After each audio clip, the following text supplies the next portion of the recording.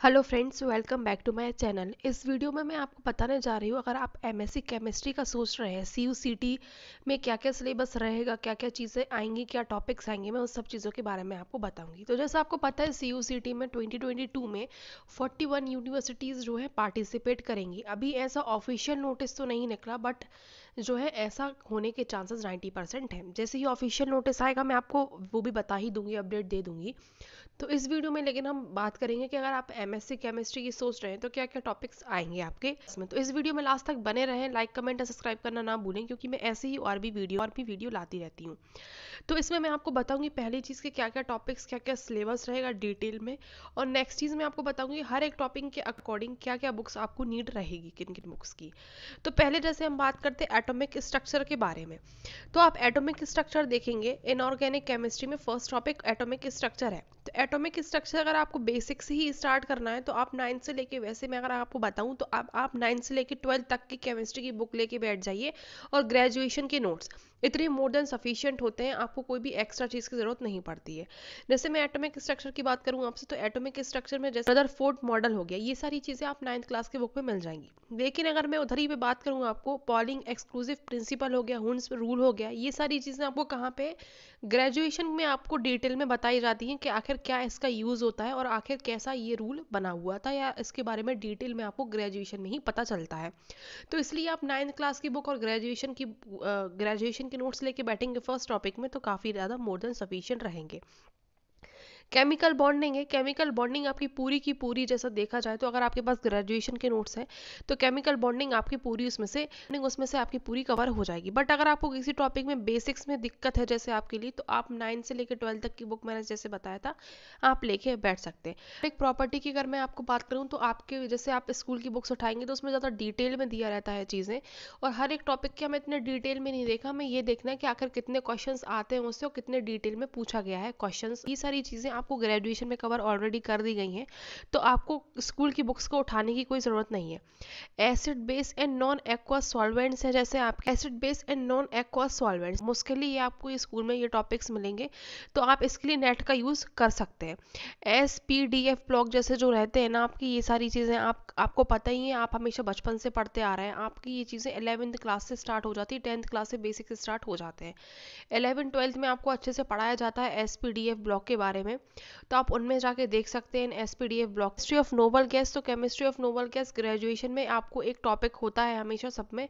Chemistry of noble gas same का same topic graduation में होता है, जिसमें आपको नोबल गैस के बारे में बताया जाता है। उससे है chemistry of element of first transaction series के बारे में अगर आपको बताया गया है, तो अगर आप चाहें तो आप स्कूल की बुक्स में से भी देख सकते हैं ये सारी चीज़ें, वरना आपको ग्रेजुएशन में पढ़ाई जाती हैं। बट ये वाली चीज़ जैसे हो गई, तो आप स्कूल में जाके देख सकते हैं स्कूली बुक्स में, क्योंकि उसमें आपको एकदम बेसिकली क्लियर हो जाएगा। कोऑर्डिनेट कंपाउंड मैं आपको सजेस्ट करूंगी कि आप स्कूल की बुक में से ही पढ़ें, क्योंकि कोऑर्डिनेट कंपाउंड अगर आपके एकदम बेसिक्स क्लियर रहेंगे तो आप आगे का ऑटोमेटिकली समझ में आएगा। ऑक्सीडेशन एंड रिडक्शन भी आप स्कूल की बुक में से ही पढ़ें। केमिस्ट्री ऑफ लेथेनाइड एलिमेंट्स है, इसको आप कवर कर सकते हैं ग्रेजुएशन की बुक में से ही, आपको इसका बेसिक की ज़्यादा ज़रूरत नहीं है। फिर chemistry of the element of second and third transition series है, तो इसके कुछ जो सब टॉपिक्स आपको दिए गए हैं, ये सारे सब टॉपिक्स आपके लिए कहाँ मिल जाएंगे, ये सारे सब टॉपिक्स आपको ग्रेजुएशन की चीज़ें मिल जाएंगे और उतना ही आपके लिए सफिशिएंट है। कोऑर्डिनेट कंपाउंड की अगर मैं आपसे बात करूं, तो कोऑर्डिनेट कंपाउंड जो आपको ये टॉपिक्स दिए गए हैं, ये आपको ग्रेजुएशन में आप कर लेंगे तो काफ़ी है, स्कूल की बुक में जाने की ज़रूरत नहीं है। फिर आपको आयनिक सॉल्वेंट दिया है, तो आयनिक सॉल्वेंट का आपको हर एक चीज़ जो भी इसमें टॉपिक्स दिए गए हैं, आपको फर्स्ट सेमेस्टर में ही पढ़ा दिए जाते हैं ये आयनिक सॉल्वेंट्स, और ये काफ़ी ईजी टॉपिक लगता है मुझे, जो आप आराम से एक दिन में कवर कर सकते हैं। ये इसमें आपको ग्रेजुएशन की ही बुक्स की काफ़ी ज़रूरत पड़ेगी, आपको इसमें स्कूल में कुछ भी नहीं जाना आपके लिए। Metal ligand bonding in transition metal complexes, इसमें आपको नेट पे से ढूंढना पड़ेगा ज़्यादातर आपके लिए, क्योंकि शायद आपको ग्रेजुएशन में बहुत कम टॉपिक्स मिले और स्कूल में भी इसके कम टॉपिक्स ही मिलेंगे, ज़्यादा नहीं मिल पाएंगे आपके लिए। तो आपको इसमें ज़्यादातर आपको कहाँ ढूंढना पड़ेगा, आपको इसमें नेट पे देखना पड़ेगा। बायो इनऑर्गेनिक केमिस्ट्री आप नेट में से ही कवर कर सकते हैं, ज़्यादा डिटेल में जाने की ज़रूरत भी नहीं है। इसमें से नाइट्रोजन फिक्सिंग साइकिल हो गई, ये सारी चीज़ें आप नेट पे से पढ़ सकते हैं। इनऑर्गेनिक सॉलिड स्टेट केमिस्ट्री है, तो ये भी आप कहाँ से पढ़ सकते हैं, ये भी आप सारी चीज़ें नेट पे से पढ़ सकते हैं, उसमें आपको उस चीज़ें मिल जाएंगी।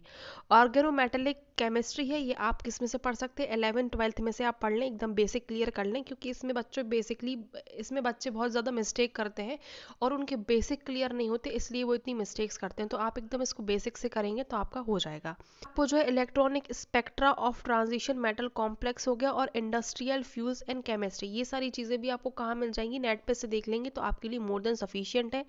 एयर पॉल्यूशन है, वो भी आप देख सकते हैं नेट पे से। सिमेट्री एंड टर्म सिलेबस आप नेट में से देख सकते हैं, ये सारी चीज़ें। मैग्नेटिक प्रॉपर्टी और ट्रांजिशन मेटल कॉम्प्लेक्सेस, तो जब ये सारी चीज़ें आप जब पढ़ेंगे केमिस्ट्री में, जब आप पढ़ते हैं ना, एसपीडीएफ ब्लॉक पढ़ते हैं, जब आप first second and third transition series पढ़ते हैं आप, तो उसमें ही आपकी ये चीज़ें कवर हो जाती हैं, उसमें आपको अलग से कुछ पढ़ने की जरूरत नहीं होती, तो ये टॉपिक आपको उसमें ही कवर हो जाएगा। सिलेक्टेड टॉपिक्स हो गया जैसे नैनो केमिस्ट्री हो गया, सॉलिड एसिड हो गया, सुपर कंडक्टर हो गया, ये सारी चीज़ें छोटे छोटे टॉपिक्स आप नेट पे से ही देख सकते हैं। इनऑर्गेनिक पॉलीमर्स हो गया जैसे, तो पॉलीमर सिलिकॉन की प्रिपरेशन और स्ट्रक्चर कैसे की जाती है, तो ये आपको ग्रेजुएशन में मिल जाएगा। और कुछ टॉपिक्स आपको जो बेसिक से है, डेफिनेशन क्या है, ये सारी चीज़ें आपको नेट पे से मिल जाएंगी। केमिस्ट्री हो गया जैसे गैसियस स्टेट हो गया आपका, मैथमेटिकल कॉन्सेप्ट्स हो गए आपके, केमिकल काइनेटिक्स है, तो केमिकल काइनेटिक्स आपको याद हो तो आपने ये चीज़ 12th क्लास में भी पढ़ी होगी, केमिकल काइनेटिक्स, और आपको सेकंड या थर्ड सेमेस्टर में भी सेकंड और थर्ड ईयर में भी पढ़ाई जाती है, तो उतना ही मोर देन सफिशिएंट होता है आपके लिए। कुछ चीज़ें आपको बेसिक्स करनी पड़ेंगी, कुछ चीज़ें एडवांस आपको करनी पड़ेंगी। गैसियस स्टेट, ये सारी चीज़ें भी आप ऑलरेडी पढ़ चुके होते हैं। फिर थर्मोडायनेमिक्स हो गया, तो थर्मोडायनेमिक्स आपको कहाँ से कवर करना पड़ेगा, ग्रेजुएशन में भी जो भी थर्मोडायनेमिक्स पढ़ाया गया है आपके लिए वो आप कवर करेंगे। सॉल्यूशन हो गया, dilute solution and colligative properties हो गया, ये सारी चीज़ें भी आपको ग्रेजुएशन में ही एडवांस में मिलेंगी। लिक्विड स्टेट एंड एप्लीकेशन हो गया, तो कुछ चीज़ भी आपको ग्रेजुएशन में मिलेगी। थर्मोडायनेमिक्स भी आपको ग्रेजुएशन में ही ज़्यादातर मिलेगी। ये नेक्स्ट टॉपिक है केमिकल वाला, ये भी आपको कहाँ पर मिलेगा, मोस्टली आपको ये ग्रेजुएशन में ही मिलेगा। फेस वाला चीज़ भी आपको ग्रेजुएशन में ही मिलेगी, ये आपको स्कूल में नहीं मिलेगी। इलेक्ट्रोकेमिस्ट्री हो गई, तो इलेक्ट्रोकेमिस्ट्री आपको कहाँ से मिलेगी, इलेक्ट्रोकेमिस्ट्री भी आपको कहाँ मिलेगी, ग्रेजुएशन में ही मिलेगी। कॉलिगेटिव सॉलिड और सॉलिड स्टेट भी आप क्या है, इसको कॉलेज की ही चीज़ों नोट्स में से पढ़िए।